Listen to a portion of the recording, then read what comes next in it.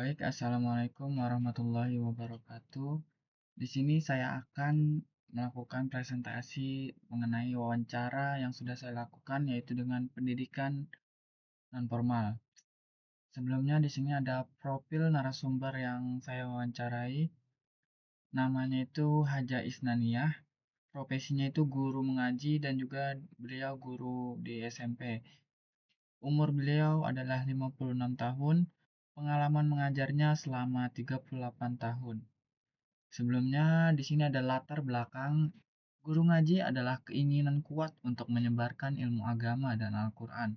Seringkali didorong oleh rasa tanggung jawab sosial dan spiritual, bukan karena imbalan finansial.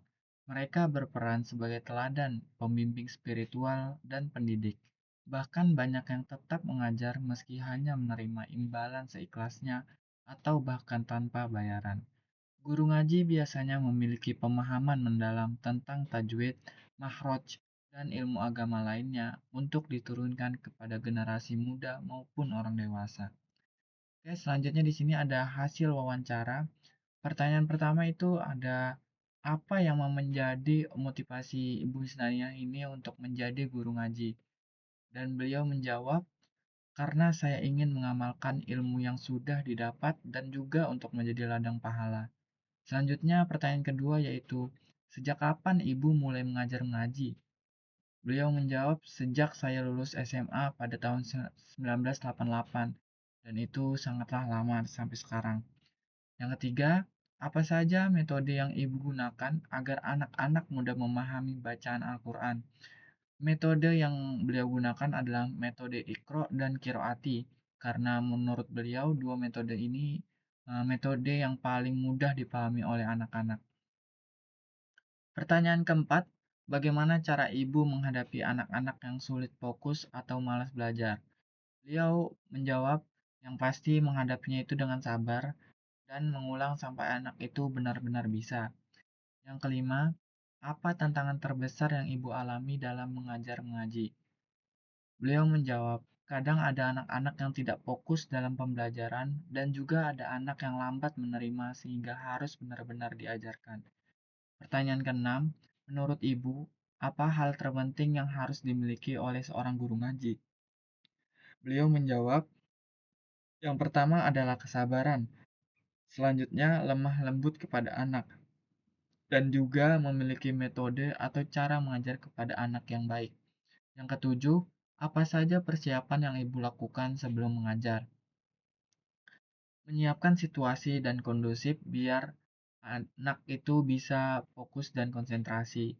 Yang ke-8, selain membaca Al-Quran, apa nilai-nilai lain yang ibu tanamkan kepada para anak-anak? Beliau menjawab di sini dengan pertama itu ada sopan santun, terus tuh ada ibadah praktis tuh kayak sholat, ngaji, terus tuh puasa dan lain-lainnya, dan mengajarkan akhlak dan ibu pekerti, budi pekerti, agar anak-anak mempunyai perilaku yang baik. Yang kesembilan, apa perbedaan mengajar anak-anak dan orang dewasa dalam belajar mengaji? Perbedaannya itu ada pada anak-anak lebih cepat dalam menerima dan memahami, sedangkan kalau orang dewasa itu kadang kurang konsen. Jadi biasanya kurang bisa menerima atau memahami yang diajarkan. Dan yang ke-10 atau yang terakhir, apa harapan ibu terhadap para anak-anak setelah mereka selesai belajar mengaji? Harapan beliau yaitu mengharapkan supaya anak-anak bisa memahami bacaan sampai dengan membaca Al-Quran dengan tajwid dan bacaan yang tartil, dan juga bisa menerapkan bacaan Al-Quran dalam kehidupan sehari-hari dan juga bisa memaknai bacaan Al-Quran.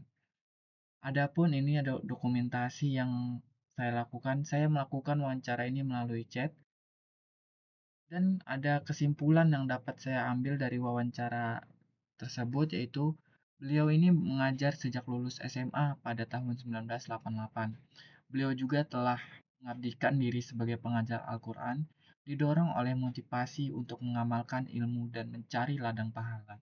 Dalam proses mengajarnya, Ibu Isnania ini mengandalkan metode Iqra dan Qiraati karena mudah dipahami anak-anak, didukung oleh prinsip utama yaitu kesabaran dan kelembutan untuk menciptakan suasana kondusif.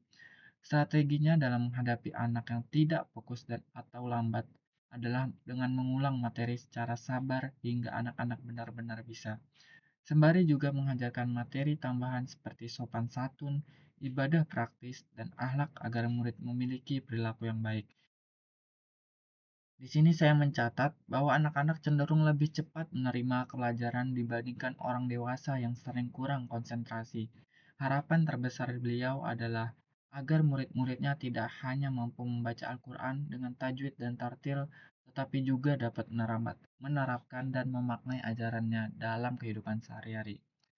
Sekian presentasi dari saya, kurang lebihnya mohon maaf. Wassalamualaikum warahmatullahi wabarakatuh.